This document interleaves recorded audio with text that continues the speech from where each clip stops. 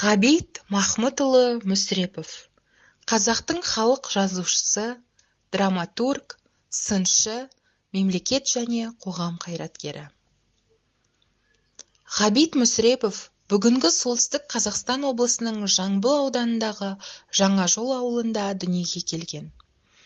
Алғашқыда ауыл молдасынан арабша хат танып, жастайынан әуелі 2 жылдық ауылдық орыс мектебін, кейін 4 жылдық жоғары басқыш орыс мектебін бітіреді.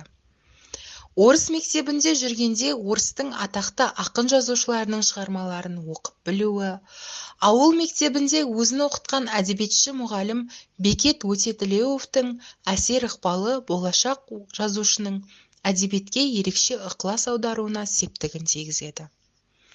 Орынбордағы рабфакта оқып жүргенде ол әдеби білімін, эстетикалық сезімін одан сайын жетілдіре түседі. Осында өткізген 1923-26 жылы Орынбордағы жұмысшы факультетінде Сәбит Мұқановпен бірге оқыды және Сәкен Сейфуллинмен танысты. 1927 жылы Омбы ауыл шаруашылығы интернатын бітірді.